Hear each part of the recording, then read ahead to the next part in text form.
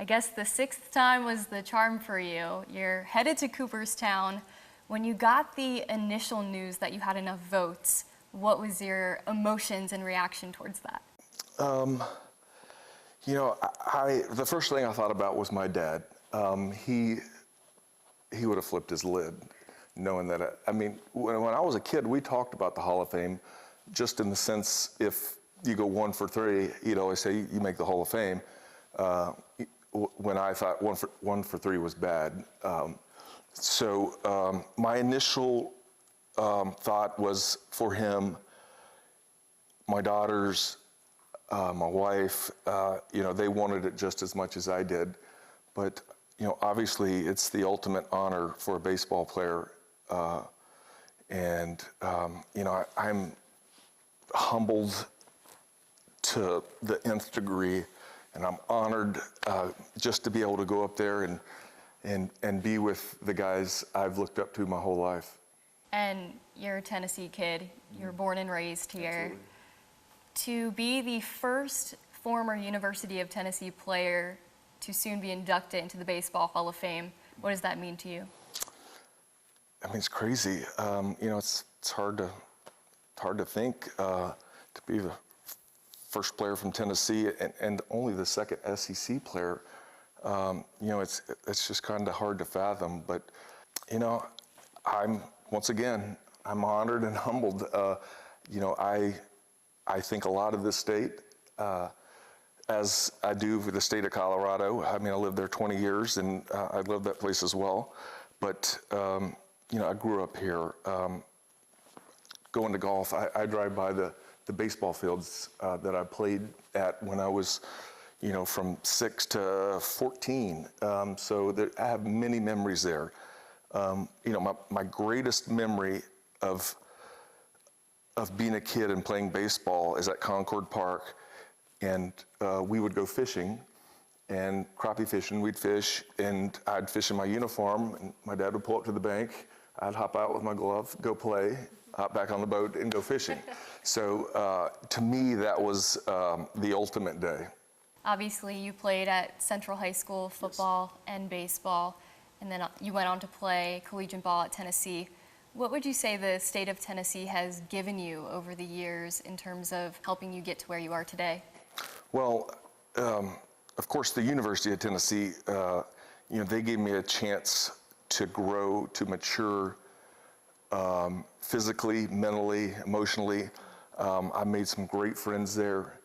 And, you know, I don't know what I would have done if I didn't go to the University of Tennessee. But I'll tell you this, I played in over 2,000 games, right, in the big leagues.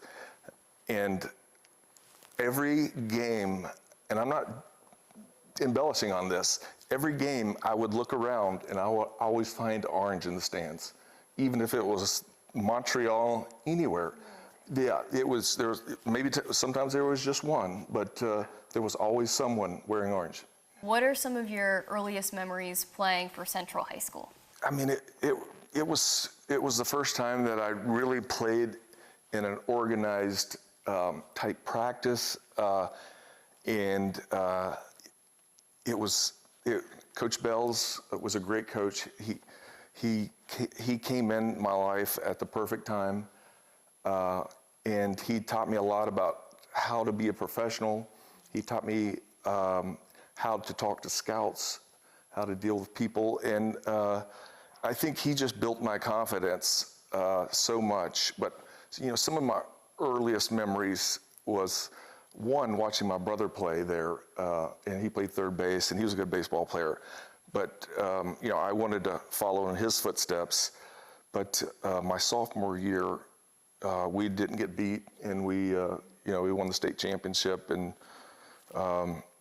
that was probably the best year of my high school career. And you and Chris Freeman were teammates from youth baseball to Central High School, and then your last stop was Tennessee baseball as well. He was an All-American pitcher for Tennessee. To have someone like him in your corner, what has that meant to you over the years? Chris is truly one of the kindest, best men that I know. we wouldn't have won all those SEC championships without him. But I can remember being 12 years old in an all-star game and in an all-star tournament, and they would point and say, "That's Chris Freeman right there." It was really neat to have Bubba Trammell and Chris Freeman, play high school ball with them, and then go on to play at the University of Tennessee. And that was part of going to the University of Tennessee. It was just magical. It was great. At Central, you played football and baseball, and then at Tennessee, you did the same thing, which is not really heard of at all. What about football, if anything, taught you about the game of baseball? It taught me this. In football, you practice all week for that one game, and that one game is so important, and it's everything, that one game, especially in the SEC. So I took that mentality into baseball. 162 games. I played my hardest. I think it also taught me to play hurt, banged up. I already said I met a lot of good friends there, but I got to play for Coach Cudcliffe, who was now one of my closest confidants. I call him whenever I have an issue, any issue, doesn't matter. And he's amazing. He's a wise man. And I took my daughter down to Birmingham just to meet and talk with him, just because he's just that amazing of a man. And I know you mentioned in an interview before that Philip Fulmer was pretty flexible with your really busy schedule, and you even said sometimes you would sneak away from football practice and go over to the batting cages to get in some extra reps. I did. Was there ever a point in time when you were in college, or what was the point in time where you decided that you really wanted to pursue baseball at the pro level, and was it a difficult decision to make? No, it was not a difficult decision. I got the honor of playing with Heath Schuler and Peyton Manning, and I got to see what an NFL quarterback was really like. And so when I saw Heath for the first time practice my freshman year, I knew I was a baseball player. It was that 2 practices probably I knew that I should be over there in the baseball field. One, because high school football is just so much fun. College football is a job. You put in hours, you work, you meet before and after every practice, and the beauty of baseball is you just go out and play, and that was more my style. So I studied pitchers and all that stuff, but it's not to the level of being a quarterback in the SEC. And it ultimately led you to where you are today, 17 years with the Colorado Rockies and MLB. What has that specific program meant to you and meant to your baseball career? Once again, I had just great people come along in my life, from the owners of the Rockies, Jerry McMorris and Dick Monfort. Both of them have been great to me and my family on and off the field. But Colorado's the perfect place for me. It's a good place to hit, and the fans are amazing. It's kind of hard to believe, but you play 81 games at home, and when I first started there, all 81 games was like a Tennessee football game. People tailgating, packed every game, and rowdy. It was the perfect place. And you wore the number 17, which is kind of ironic because you spent 17 years there. My favorite number is also 17. Oh. So I always like to ask, is there any specific meaning behind why you wore the number 17? To be honest, there isn't. It was what the clubhouse guy gave me, and I certainly wasn't going to ask for another one. But when I got it, one of my guys that I looked up to was Mark Grace, and he was number 17. So I always said it's because of Mark Grace, but I was just given the number, but I was very happy when I got it. And when you think about all of your accomplishments at the pro level, 5-time MLB All-Star, 4-time Silver Slugger Award winner, 3-time Gold Glove Award winner, When you let all of that process as well, how cool is it to know that all of your hard work is going to pay off in just a few days when you hear your name officially be called? Yeah. I really don't think about awards at all, but this is one that I will cherish forever.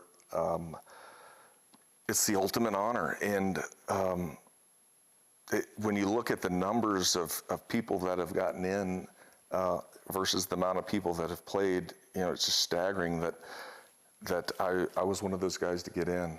Yeah. And I told you earlier that meeting my heroes, the guys that I looked up to and emulated and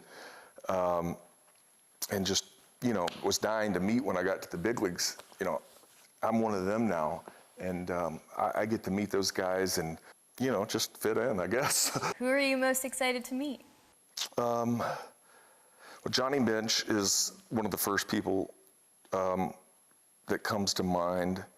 I was saddened that Willie Mays recently died because I was really looking forward to meeting him and shaking his hand. But there's so many that it's really hard to pinpoint just a few, but I'll start with Johnny Bench. The city of Knoxville could not be more excited for you to receive this high of an honor. What makes Tennessee so special, and why does it mean so much to have the state's support? Well, just like you said, support is the key word there. They support their people, especially their athletes, and since I'm not inducted, but since I've gotten the news that I'm going to be inducted, people are just very kind, and they stop me and say congratulations, and it's just really neat to see people and experience with them how happy they are for me. And also, you give back to the community a lot, whether it's throwing out the first pitch at a Central game inside Lindsey Nelson Stadium, or it's just giving back to local organizations in Tennessee. Why is it so important for you to give back to a community that has given you so much? Well, that's pretty easy. I want kids just like I was. I want them to have the best experiences they can. From supporting baseball fields, fixing baseball fields, to supporting teams, a lot of teams, financially, just so they can go out and the kids can have a good experience. I think I know sports is so important for kids, especially with everything, all the technology today. I think being out there and being a part of a team is really important nowadays. And I know you were at the parade when Tennessee brought home their first national championship in program history. Yes, that's awesome. To be a part of that journey with them and to support them, how cool is it to know that, you once were kind of starting that whole process and you were once on that team? Yes. I'd like to say we laid the foundation, but I don't know if that's true. We were lucky enough to have the best college coach in America. There's no doubt about that. And so I think he laid the foundation for the excitement and the sellouts of Lindsey Nelson Stadium. What was one of your favorite memories as a Tennessee baseball player when you played there? Well, I got to pitch there. And I really enjoyed it. I didn't work at it at all, but it was just something I did because I liked controlling the game. And that part of it, when I got to the Rockies, I was like, am I going to pitch or hit? And they looked at me like I was crazy, and they said, you're hitting.